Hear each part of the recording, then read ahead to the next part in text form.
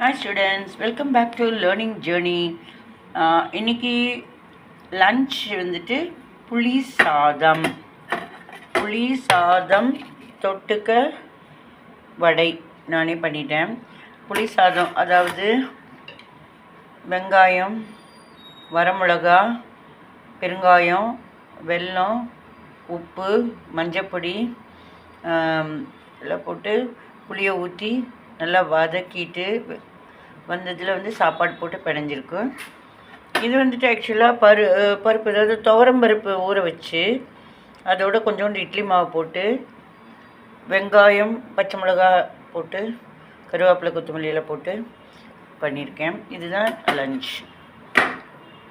Actually லஞ்சுக்கு வந்துட்டு white ரைஸும் இதில் இருக்குது. இன்றைக்கி இதில் வந்துட்டு மினி கொஞ்சோண்டு அதுலேருந்து எடுத்து கொஞ்சோண்டு சாப்பிட்டு 2 கரண்டி வந்து பிரேக்ஃபாஸ்ட்டாக இன்றைக்கி ட்ரீட் பண்ணிட்டேன். தேங்க்யூ.